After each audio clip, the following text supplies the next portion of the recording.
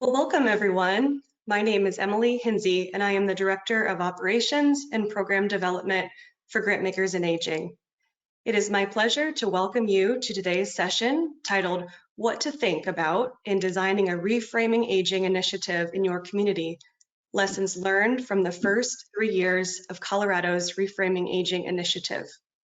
Before we get started, I would like to go over a few items so you know how to participate in today's event. When you joined today's webinar, you selected to join either by phone call or computer audio. If for any reason you would like to change your selection, you can do so by accessing the audio pane in your control panel. You will have the opportunity to submit text questions to today's presenters by typing your questions into the questions pane of the control panel. You may send in your questions at any time. We will collect those and address them during the Q&A session at the end of today's presentation. I would now like to introduce Lindsay Goldman, the CEO of Grantmakers in Aging and the moderator for today's webinar. Lindsay? Welcome and thank you for joining us today. I'm Lindsay Goldman, the CEO of Grantmakers in Aging. Grantmakers in Aging is a national membership organization of philanthropies that acts as a relevant and responsive network, resource, and champion for aging-related issues and investments. Our vision is a just and inclusive world where older people are fully valued, recognized, and engaged in ways that matter. I'd like to thank the John A. Hartford Foundation for their support of today's webinar. GIA is proud to have been involved in the collaborative that founded and launched Reframing Aging back in 2012. Reframing Aging is an initiative to counter pervasive ageism through the intentional use of narrative and language. To live our values of equity and inclusion authentically, it's important for GIA to ensure that we and our members are using the framework and to check in with each other about what's working and where we face challenges. 8 national aging organizations partnered with the social science research firm Frameworks Institute to examine exactly what the American public thinks of aging, with support from 9 funders, including AARP, Archstone Foundation, Atlantic Philanthropies, Endowment for Health, the Fan Fox and Leslie R. Samuels Foundation, the John A. Hartford Foundation, RRF Foundation, Rose Community Foundation, and the SCAN Foundation. The research found that the public's perception of aging is decidedly negative and antithetical to how most older people feel and what experts in the field know to be true. New asset-based communication frames, resources, and tools were then developed and tested, and several GIA members and national aging organizations have been working to promote the learnings and recommendations to shift public discourse on aging. Today, we're going to hear about how Reframing Aging has been implemented and evaluated in Colorado. In 2018, with funding from NextFifty Initiative and Rose Community Foundation, Changing the Narrative, CTN, launched in Colorado, offering training and technical assistance on how to leverage reframing aging strategies to advocate for age-friendly policies and to combat ageism. And we'll discuss how we can encourage our communities to think and speak differently about aging. Joining us today is Janine Vanderberg, Director of Changing the Narrative and Chair of the Encore Network Leadership Council. Morris Price Jr., Board Member of Rose Community Foundation, Vice President of Grants at the Colorado Trust, and Advisory Board Member for Changing the Narrative. Amy Delpo, Administrator of Older Adult Services at the Denver Public Library. Chandra Matthews, Director of Programs at NextFifty Initiative, and Therese Ellery, Senior Program Officer at Rose Community Foundation and Chair of Changing the Narrative Advisory Board. Before I turn things over to our panelists, I want to take a moment to recognize Therese. Many of you know that Therese will be leaving her role at Rose Community Foundation after 20 years, and we are so honored that this is her final speaking engagement. Thank you, Therese, for so generously sharing your knowledge and experience as a longtime friend of GIA, serving on the board as well as on our Equity in Aging Philanthropy Task Force. In the last few weeks, I've received quite a bit of fan mail for Therese. So I'd like to quote from your friend, Margaret Frankhauser, who said, "Therese is a true leader in aging. She has a wonderful gift for involving people in meaningful work and understanding what needs to be done on the ground level. She is visionary and a delight to work with. Therese, we're grateful for everything you've done for our field, and we know you'll stay in touch and continue to contribute for the next 20 years. Janine, I will now turn things over to you. And so, Lindsay, of course, I'm going to cry at that tribute to Therese, a longtime friend and colleague. So I'm Janine Vandenberg, directing Changing the Narrative. And what Changing the Narrative is really a campaign to change the way that people think, talk, and act about aging and ageism. And we describe the buckets of work that we're involved with really in three categories, and that is educate, activate, and advocate. So, and next slide, please. So what we're going to be sharing in our time with you today are some of the lessons that we've learned in the first 3 years of Changing the Narrative. And I'm going to share the first two, and then we'll turn things over to our panelists who in turn have contributed amazingly to the success of Changing the Narrative.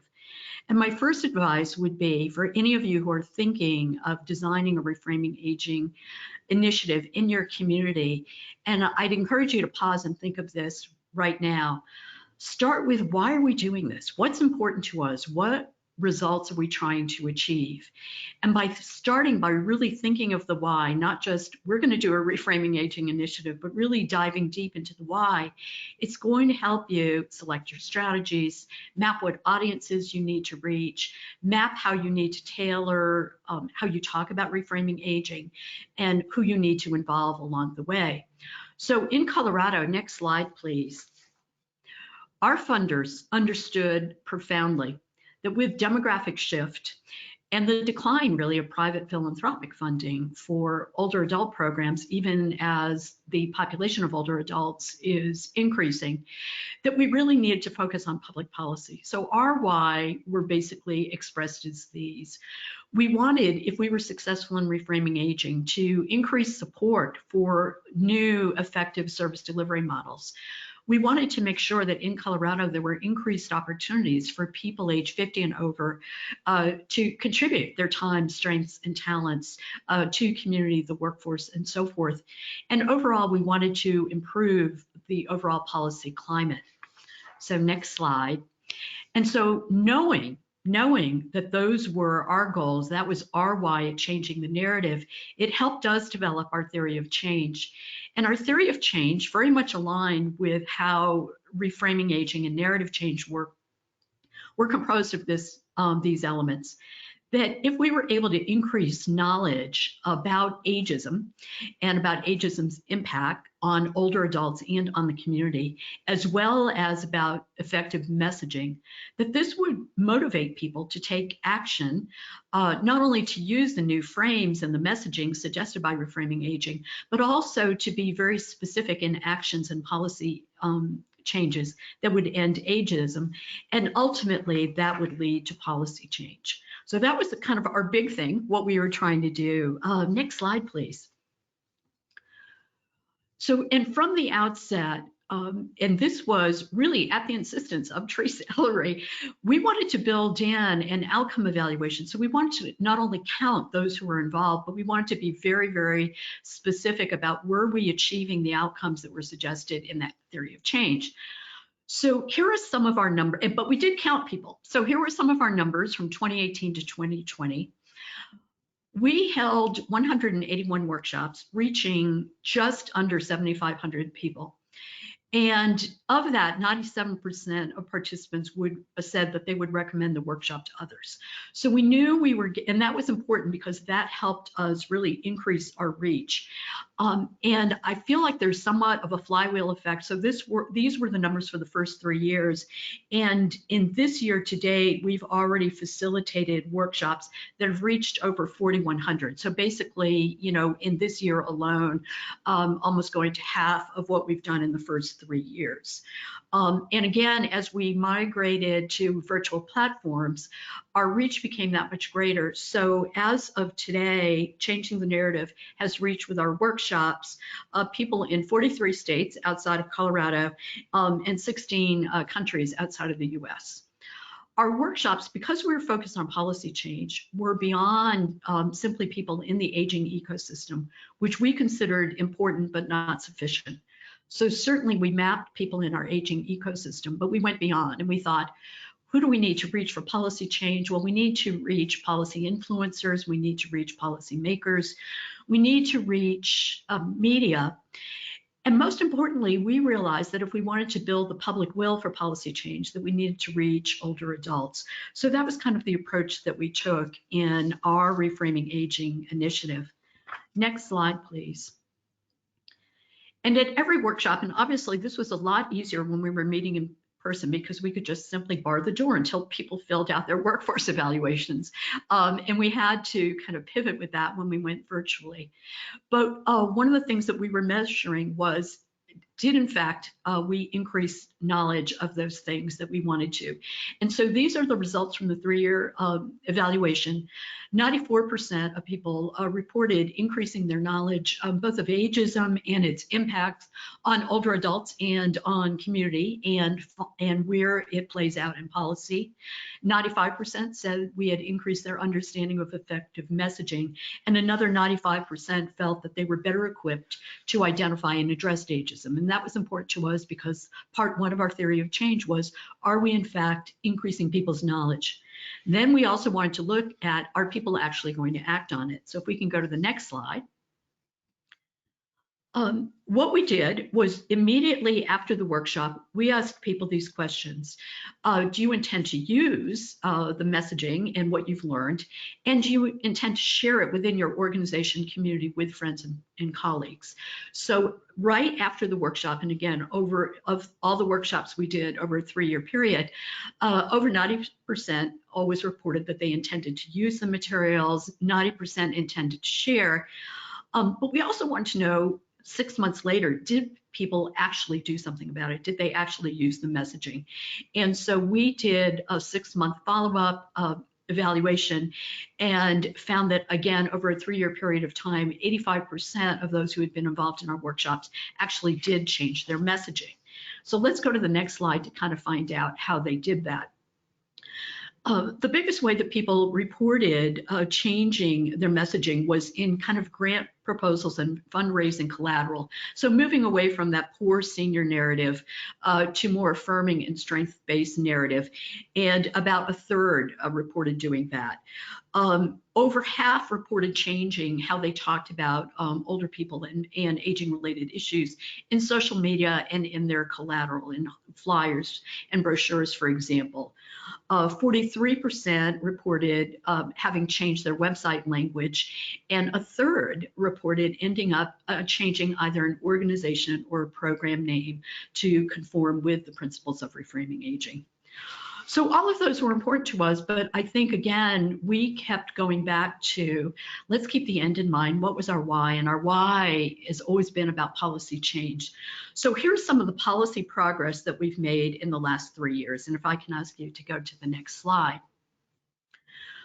One of our really immediate short-term successes that we were really excited about was that policy recommendations that we had developed were added to the policy agendas of both Colorado's Strategic Action Planning Group on Aging, which is the group charged by the legislature to make policy recommendations to the state.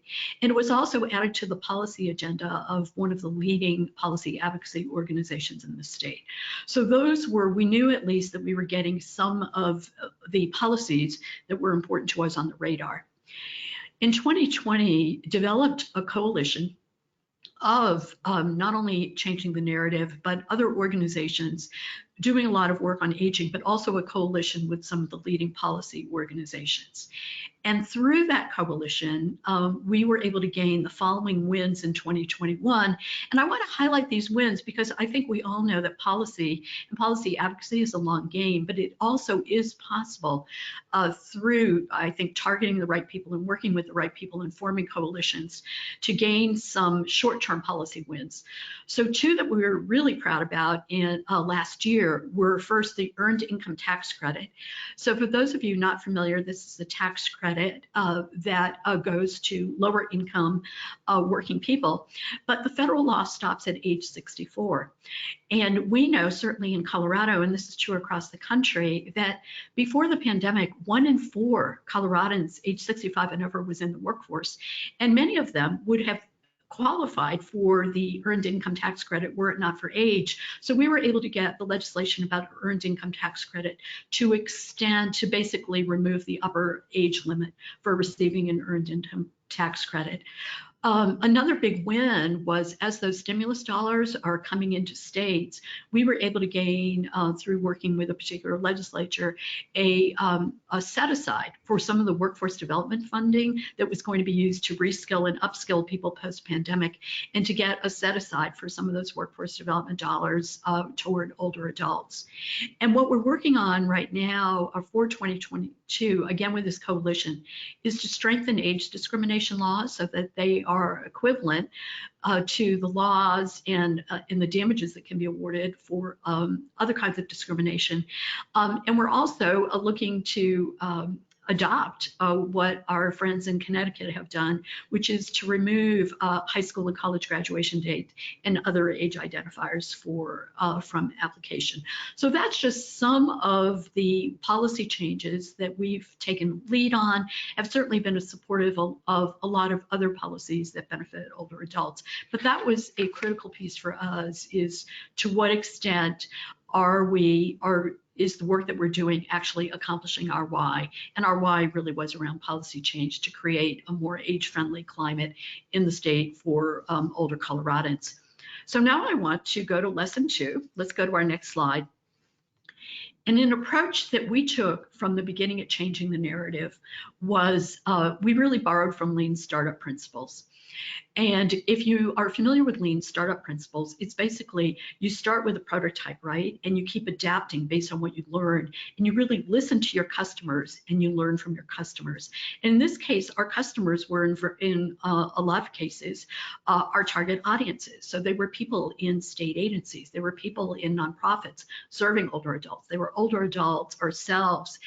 And so basically, we viewed the Reframing Aging kind of the workshops, the technical assistance we were providing as our prototype, right? But we kept learning and pivoting along the way. We probably have about 100 lessons learned, and because of time limits, I'm not going to go through all of them, but I wanted to highlight a couple of things that I think come up fairly frequently when you're launching a Reframing Aging initiative. The first that kept coming up from the outset was, how do we do this? Okay, so we've participated in the workshop and we've learned the principles of the messaging, but how do we translate this back in the office, if you will? So we've created a series of tools and templates, things like Reframing Aging checklists, things like sample grant proposals that kind of smoothed the path for people who wanted to adopt, they intended to adopt, but were struggling with how to do it. So that was kind of one of the first things that we did in terms of pilot and pivoting. We also recognized that there were not very many, that many of the visuals that are out there depicting older adults were not consistent with the principles of Reframing Aging. So we both ran our own photo contest, and we also kind of curated photos from free photo libraries to give people more visuals that they could use. We also learned very quickly from our customers that resistance is real. And so that even though people might have participated in our Reframing Aging workshops and were very enthusiastic, when they went back to very often their organizations or communities, there were people who didn't necessarily agree. So one of the things that we quickly did was start embedding into all of the workshops that we did principles of change management. One of the things that we did is we had people anticipate ahead of time. So we used the principle of implementation intentions.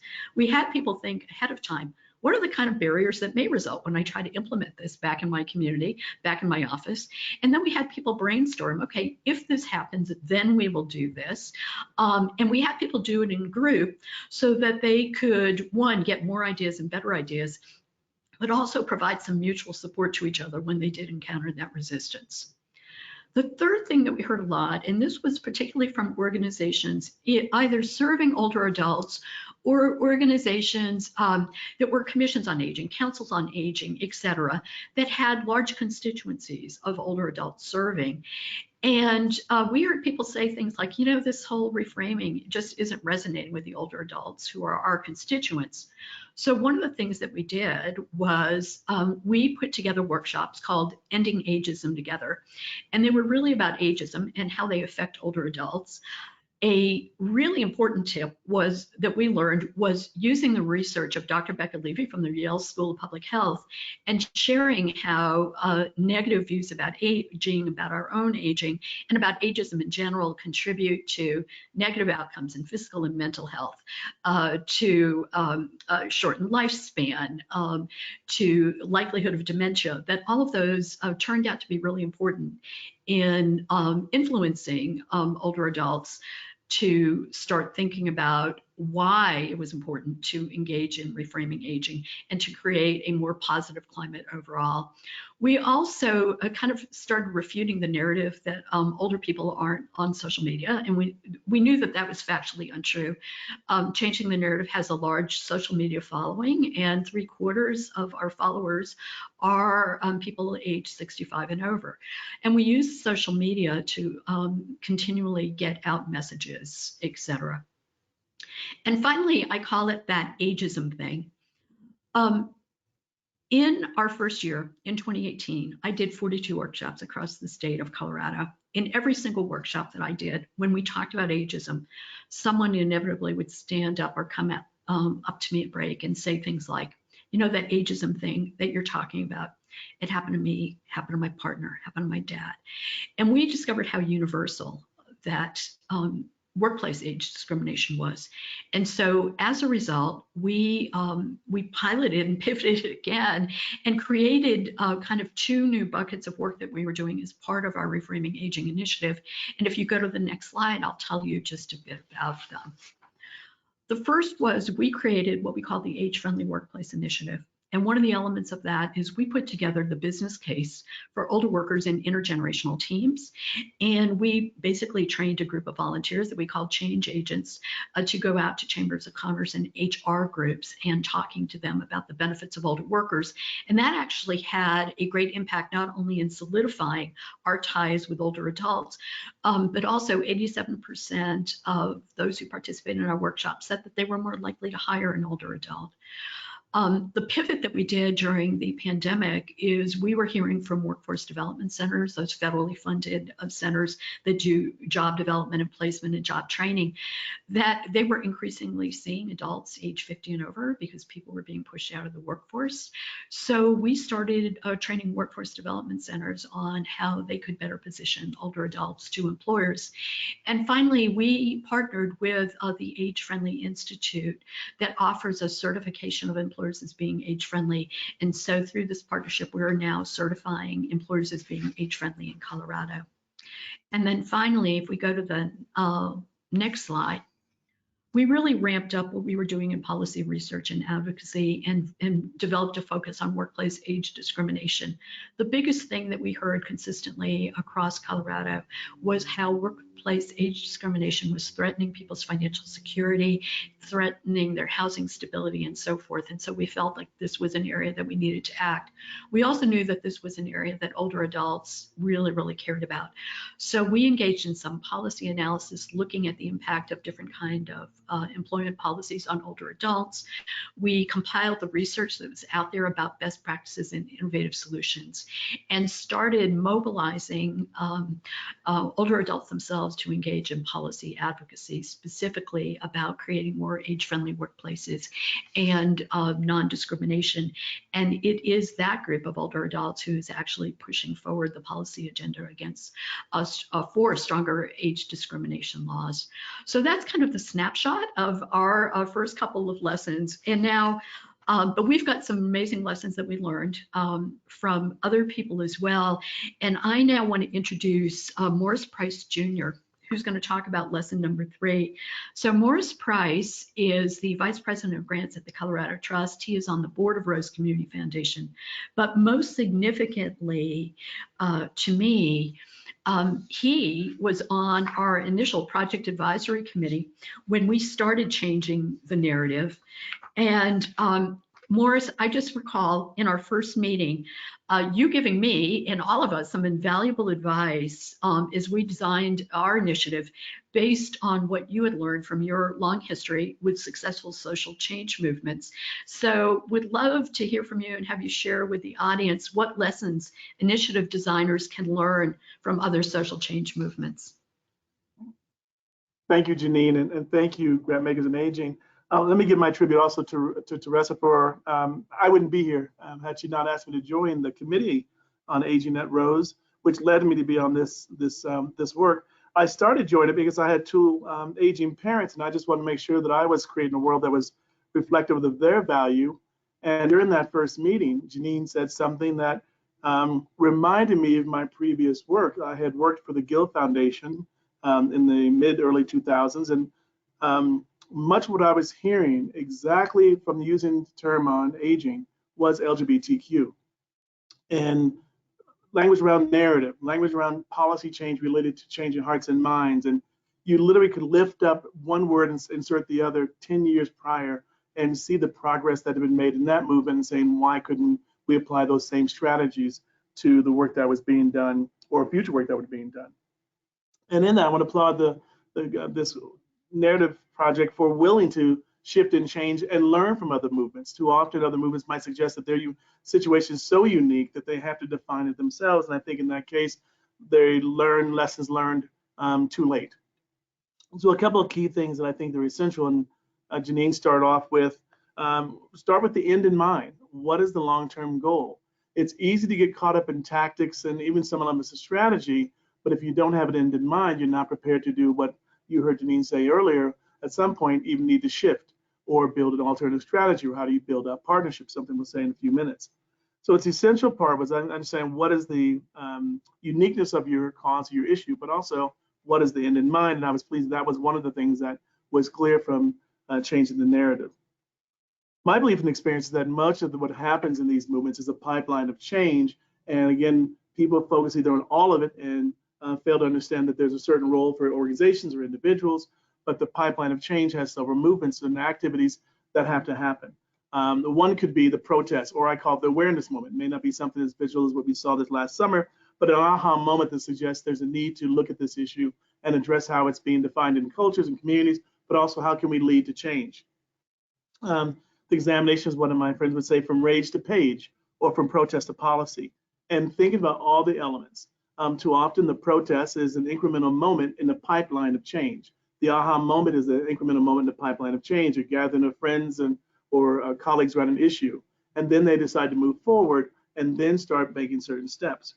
Key to that would be, as you heard from Janine, is the building of relationships regarding the narrative, the strategizing, the action, and the structure. It's building the appropriate relationships to define who is involved in what aspect of that pipeline and doing what you do best. In some cases, too, these initiatives often have very small nonprofits who are trying to do all of it, and in doing so, they can't do all the elements well. The other part is that these elements work simultaneously. You don't necessarily move and stop, but while you are keeping the awareness issue on the front page or in the hands of those who will be inspiring, you develop the necessary relationships with those who analyze it, those who would take it from policy to program, those who would take it from program to evaluation, and certainly those who continue to support it for sustainability. The key elements I think that we look at from any moment is build your assets and take the time to build the assets, which is the information that's out there, both relative to the work that you're doing, but as Janine indicated, to those who would work actively against what you're doing. It may be not as obvious who that is, and I think that was the aha moment with Janine, what we shared was who within this work, it's in their best interest for it not to change. They may have a voice or a face that relevates that they are associated with it, but they're not necessarily going to benefit if things change on how older adults are seen. Or as one of my interns said, all kinfolk ain't skinfolk. You want to look and see where are people working to move this versus those who are saying, let's slow down, let's not change things too quickly, or they quickly point out the negative alternative as opposed to the long-term benefit. Beyond that, the information is the organizations. Deciding and organizing which organizations through that relationship building are important to have in that pipeline of change. Again, are those going to gather and continue to make sure that this stays relevant? Are those who are going to do the deep dive research? Who's involved in defining the policy aspects? Who's asset mapping the relationships that when you get to a certain stage, you could involve those public policymakers.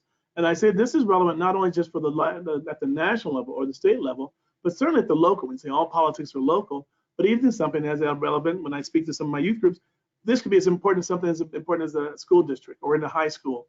Who do you need to change around how you're perceived and the narrative that's done with it, but also the long-term sustainability. Organizing your allies, organizing those who are involved in the work, regardless of are they directly involved with the work with aging or those who are impacted by those in the aging workforce. And again, I applaud this narrative for thinking about the workforce who needed that particular population, but may not have thought to get involved in this initiative. Educating, including the different versions of narrative. I say moving to the mainstream. The average person does not have the capacity in their life between their home and their family and their kids and their job to think about broader issues. But if you reframe this in a way that they understand this is relevant to them, again, I said I joined this thinking about my parents, but recognize that at some point I was in that work group that would be discussed and how I'm going to be impacted as I think about my career path into my 60s or even beyond. But the language has certainly, the narrative has to be reflective of the cultural, the ideology, and the racial voices needed to carry this throughout the work that you're doing. As Janine said, certainly in different parts of the state of Colorado, the narrative had to reflect who you were speaking to. The next part is not being afraid to, I say, lobby to inform, and that's the other part is often people think around this is once we do hearts and minds, it'll automatically change, and that's not the case. Most cases you may change hearts and minds, but the real work happens at the policy level, at the long-term sustainability level when it's codified and it's embedded where those impacted by it can be respectful within the budgeting process or additional or supportive laws and policies. But speaking to those individuals who are public policymakers or politicians certainly requires a different mindset than you just speaking to the public audience. Understand how the power will change, either through elections or internal processes, the procedures that will make the policy change. Is it at the school board level? Is it at the city hall level? Does it influence the city manager? Or is it organizing even a neighborhood community to show up for an issue during city hall? The process to appeal the change is very important because at some point you're going to need to pivot your strategy, likely, hopefully because you're successful, but it could be because something has happened on a counter policy that impacts you. It could be because the opposition has taken a very strong stance and you didn't recognize what the impact it had on you. So be prepared to make that pivot, and also, again, who your new allies are, but also, again, once again, who's involved in this not changing. And finally, I would ask it that it's that power to be nimble enough to pivot. As you learn, as the opposition shifts, and as you succeed and evolve, what's the end mind? Does the end game change? I'll speak to an issue when we were at the Guild Foundation, we were funding HIV and AIDS. The last question on a grant would be, once AIDS is cured, what do you do with your organization? The same thing should have applied. Once you've achieved this policy change, are there additional policies that could be on the second ring that you want to make sure happen, or do you stop and say we've celebrated, or do you fulfill what else can this impact? What other issue, what other movement can you align with? And therefore the work has more long-term sustainability. Morris, thank you so much. I always learn so much, and I've jotted down 3 new things that I'm adding to changing the narrative as a result of you just talking.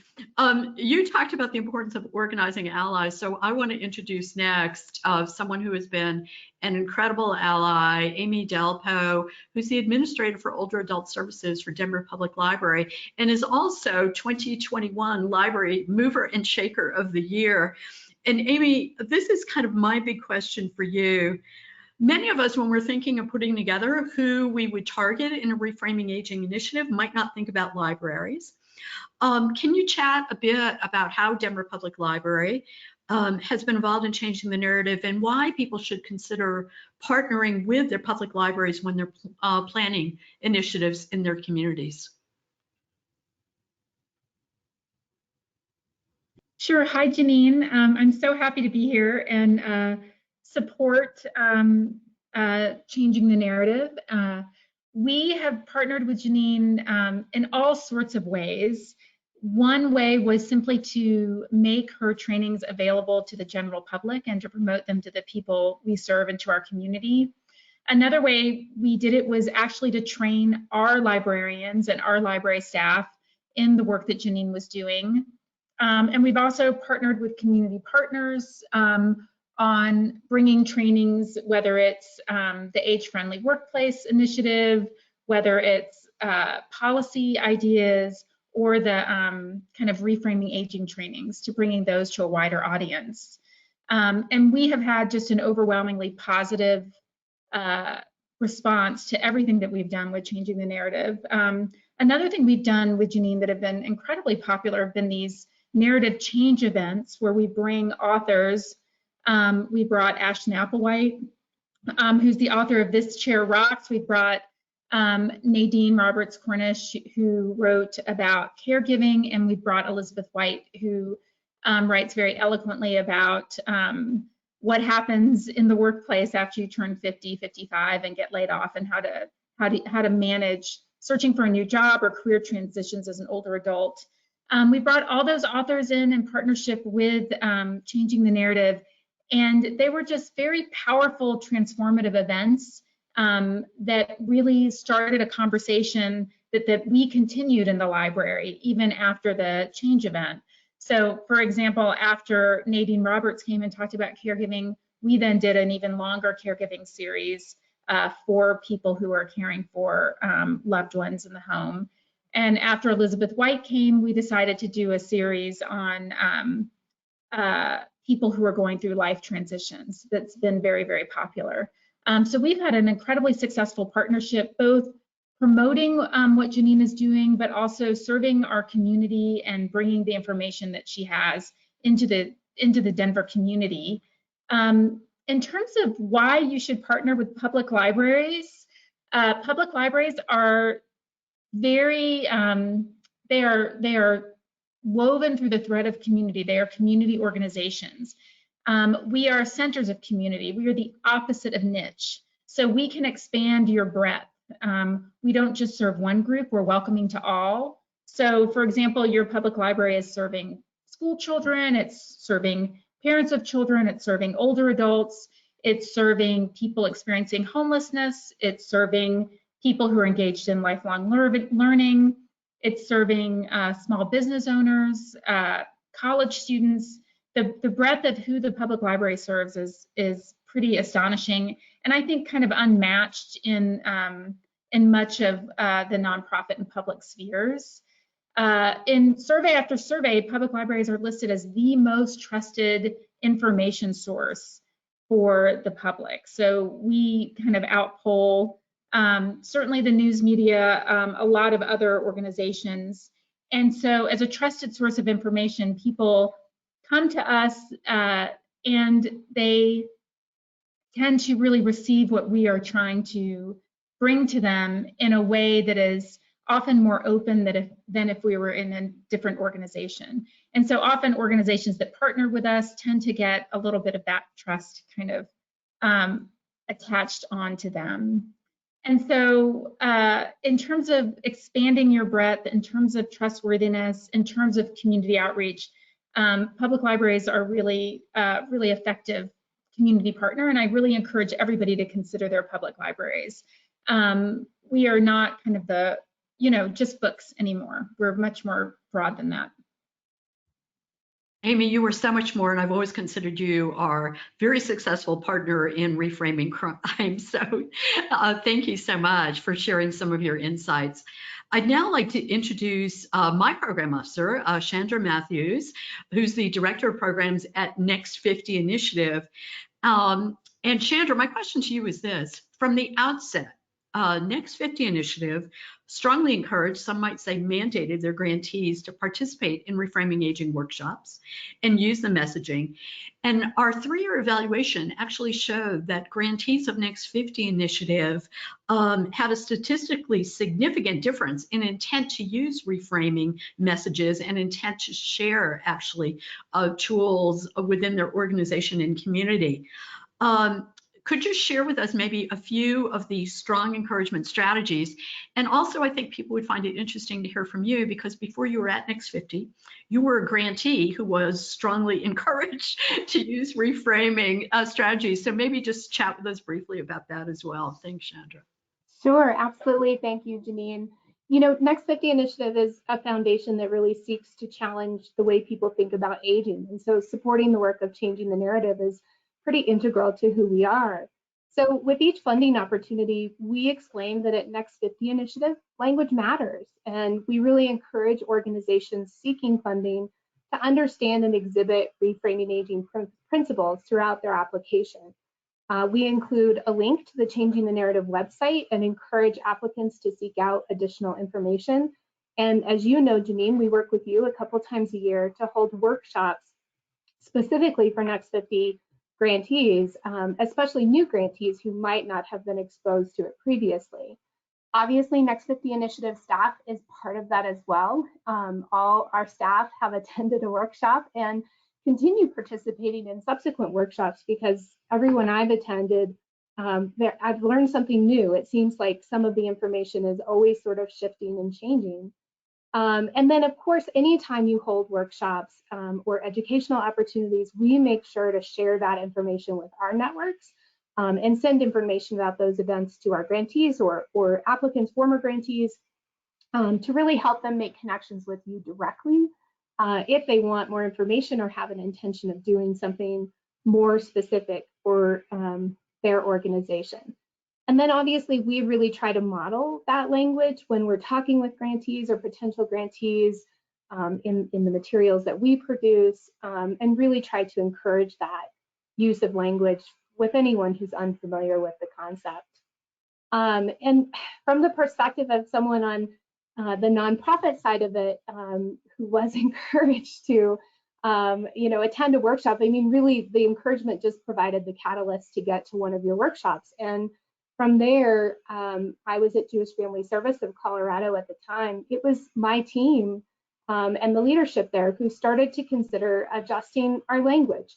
Part of that was reviewing marketing materials and shifting how we spoke about older adults to donors and other funders, away from that more negative stereotypes to more positive language. And ultimately, it led to us considering a name change that removed the term senior and looked at services a bit more holistically about aging. So the older adult program there went from Senior Solutions to Aging Care and Connections. And that name felt broader in scope because, let's be honest, we're all aging, and it might be able to help capture a different demographic of older adults who maybe don't consider themselves a senior, but could still benefit from the supportive services that JFS offers. Chandra, thank you so much. I love the fact that you both had the funder and the grantee hat on. So now I want to introduce my longtime friend and colleague, Teresa Ellery, Senior Program Officer at Rose Community Foundation, and who chairs our advisory committee. And so, Teresa, this initiative was really your brainchild. You had been on the board of Grantmakers in Aging when all the reframing aging research was going on. And from the beginning, you were really clear with me about the importance of not only including those in the aging ecosystem, but going far beyond. You used a lot of your own connections to extend the reach and influence of our work. And I'd love as kind of a final lesson, if you will, for you to share some examples and why diverse community voices is so important when we're trying to reframe aging. Thanks, Janine. And I want to thank all my co-presenters and Lindsay and GIA, of course, and also the John A. Hartford Foundation for today. So next slide, please. So when we started this whole thing, we really realized that in order to shift the perception of aging in Colorado and end ageism together, that we really needed to have a multifaceted approach and really engage as many voices as we could to be part of our Reframing Aging initiative. So in addition to reaching out to the choir and to our aging network friends and partners and our grantees in aging, we intentionally opened the doors wider to include both intergenerational and diverse perspectives. We first started with our advisory committee, and then we reached out to those we already had connections and relationships with. Some of those examples include our Latino Community Foundation of Colorado. We trained their staff and their I can never say it, Mujeres group, and our GLBTQ Center.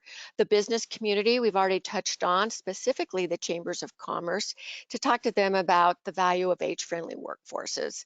Other examples include government agencies like our healthcare policy and finance group in Colorado, and our policy and advocacy groups. We have the Bell Policy Center here, and they've become a great partner. And we used our Jewish connections through the foundation to reach out to Jewish organizations that were already doing some intergenerational work. We've reached out to higher education faculty and students in aging related fields, and of course our general public campaign. And as we were in all of these spaces, we really intentionally handpicked and recruited and trained a cohort of diverse community leaders to be our change agents and facilitators, kind of a train the trainer model. So I think everybody on this call already knows that intergenerational connections and education is a terrific way to reduce ageism. So a few years ago, we launched On the Same Page, which is a program of intergenerational conversations about ageism and other important topics. So when the pandemic hit, we took to the airways, partnering with our local television station, PBS 12, to produce a series of these conversations and really focused on things like equity, arts and education, social justice, experience isolation as older and younger people, and of course on ageism. And you too can have these conversations, because now that On the Same Page toolkit is available on Changing the Narrative website. So feel free to go there and download that, or you can also attend one of Janine's conversations that are open to the public. Also, Changing the Narrative has always been recognizing the intersection of age with race, gender, and other identities. So we've been very conscientious of including voices that have lived experiences, and we know how that affects outcomes as we age. So we've written about it, spoken about it, and embedded this understanding throughout our work. And when I keep saying we and our, it really is Janine and Changing the Narrative. So thank you, Janine. We first launched the campaign. We really recognized that there were no really good pictures of diverse older adults, or we found only pictures of frail elders or the superheroes, and nothing of the 80 to 90% of those of us in between. So another fun thing that we did to engage community and community voices and diversity was our REAL, stands for Realistic Examples of Aging in Life photo contest, and we deliberately sought out photographs of diverse older adults and adults doing work, service, learning, and leading activities. The results now live in a photo gallery that is on NextFifty Initiative's website, so we encourage you to go there and use those pictures as much as you can. We also have had a real commitment to diversity and equity and inclusion, and have engaged Building Bridges to provide DEI training to our 21 change agents and facilitators, and again embodied the principles throughout our presentations, the toolkits for On the Same Page, etc. And so with that, we do have concrete results, and I can always share that information offline, but I want to make sure we're allowing enough time for questions. So I'm going to turn it back to Janine to take us from there. Thank you. Teresa, thanks so much, and thanks so much for your support throughout this initiative. And so glad that even though you are leaving Rose Community Foundation, you are still going to be chairing. So what we would love is to hear questions that any of you might have that's top of mind. And if there are questions that we can't get to, if you, kind of put them in the question box, I'll make sure that we get you answers after. But with that, I'm going to turn it over, I think, to Lindsay and Emily, who might queue up the questions for us. And if I can ask my fellow panelists to come back on in case there are questions for any of you.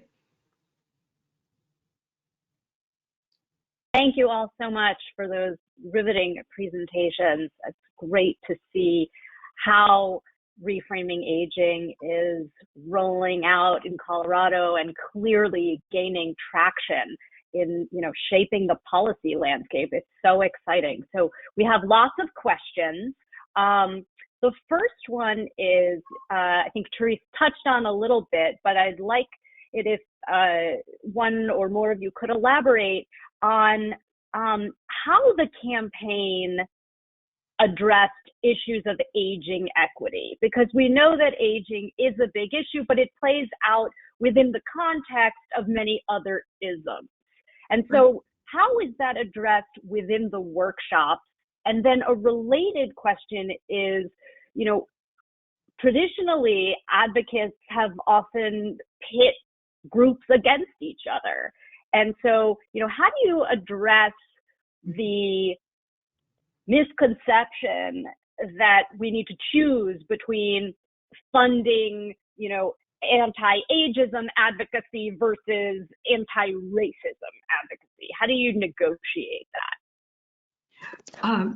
So I'm happy to, take a stab at that, and then if anybody else wants to add in.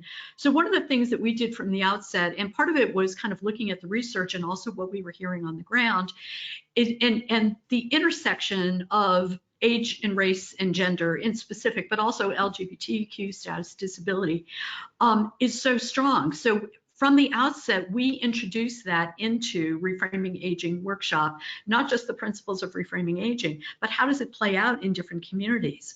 One of the things that we did to kind of adapt the workshop, we're making sure, and Therese alluded to this. So for example, one of the early workshops that we did were with a group of women aged 70 and over, all Latina, convened by the Latino Community Foundation. And we talked about, so here's the workshop, here are some of the principles.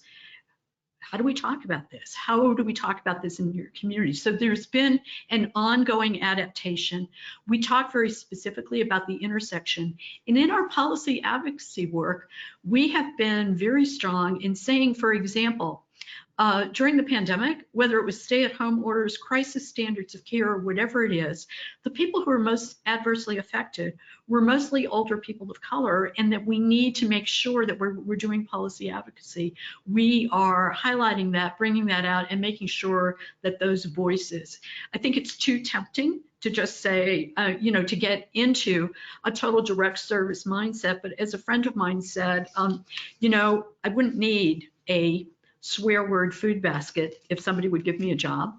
We know that the people who are most, who face the most economic insecurity as they get older are women, and especially women of color, because paid less, more likely to have stepped out of the workplace for caregiving responsibilities, whether for children or for older family members.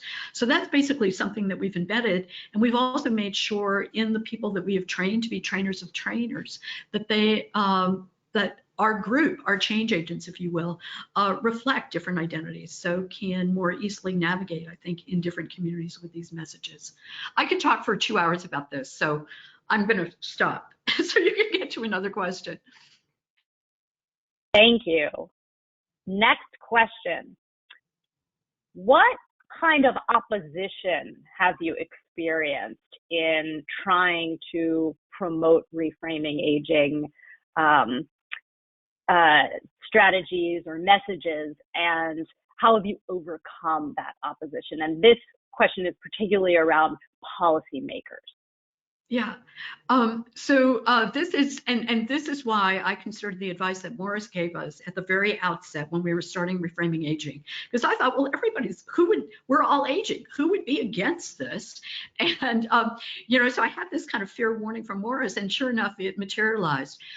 So there are people who perceive that they are going to lose, right? If we, and so for example, if someone within their organization is very focused on a particular type of service, for example, to older adults, that maybe is somewhat threatened, right? If we do a more asset-based approach, we've seen opposition coming from there. In policy, if we are fighting for, one of the things that we are currently fighting for is to ensure that age discrimination laws have penalties that are comparable to those for discrimination based on other identities. And in Colorado right now, that's not the case. If in Colorado you manage to win an age discrimination case, you can't get punitive damages or compensatory damages. So even though you can for other forms of discrimination. So of course, what that means is that lawyers won't take that cases.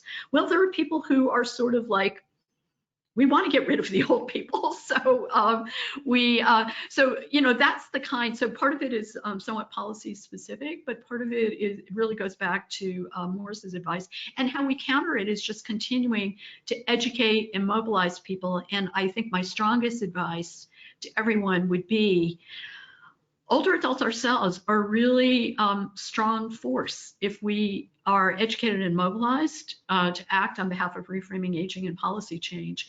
And we have tons now of change agents who are ready to write letters to the editor, to speak to policymakers, et cetera. And because they now understand why it's important not only for them, but for future generations, their children and grandchildren. Thank you so much. This next question is for Morris. You referenced the LGBTQ movement and how that movement has been so successful in recent years. Do you think we will ever have an age pride movement? The hope is that you wouldn't need one, that you'd find you wouldn't have to have a specific movement to be celebrated. At some point, most of us will be in that aging category, and it should almost be a day-to-day celebration. But I'll refer back to the statement that what Janine said. When I was doing the work with around LGBT work, I'd engaged the African American community, and I met with a national leader of a national association of African American organizations, and I asked a great question: how do we engage this work and show the shared opportunities? And it was a very simple phrase, which actually I put on my computer: know us before you need us. Take the call. Go to the conference, participate in an ally's work, even if you have to take the second chair. It doesn't have to be your dominant issue, but at some point you can come back and say, there's an intersection here. And that might be the point where you actually can do a celebration because you recognize that the broader audiences are being impacted. But it really, again, is get to know, build that base of support and those linkages and organizations that are impacted by this either directly or on a residual basis. Okay, last question. Any cultural differences in the language of aging? So when we're holding trainings or events with diverse populations, are people reacting to the new frames in the same way, or are there culturally specific reactions that we're contending with? So I can't answer that question in 30 seconds, but the answer is yes. And I'll give two really quick examples and I will talk really fast. The initial recommendations that came out of frameworks in the words not to use included the word elder. And literally in my first workshop, the kind of pushback that I got from people from faith community, Native community, Latino communities was like, no, you just need to stop. That has now been dropped. And so we kind of move away from the term elderly, but that was just a language choice. The other is recognizing that there are communities that actually value older people. And so some of this may not resonate with them. And so our communication is usually, if you're talking, so since I just became a meme, a grandmother yesterday, my background is French Canadian. I'm like, if your meme wants you to call her meme, you can do that. But when you're communicating out in the larger community, in a majority community, using the principles of reframing. So we've done a lot of things to navigate that. I have a whole soapbox speech about that, but we're at time, so I'm not going to go into it. Thank you so much. This has been such an important conversation that we will certainly continue. I want to thank our speakers today, Janine Vanderberg, Morris Price Jr., Amy Delpo, Therese Ellery, and Chandra Matthews for being with us today. I'd like to thank the John A. Hartford Foundation for supporting this program. We will be making the presentations available to anyone who wishes to view them later, including the slides and the audio, so watch for an email to be sent within a few days. Please follow us on Twitter, Facebook, and our new LinkedIn page, and please complete the brief survey to help us improve our programming. And finally, I want to thank all of you for participating in today's webinar. Please be well. Thank you. Thank you.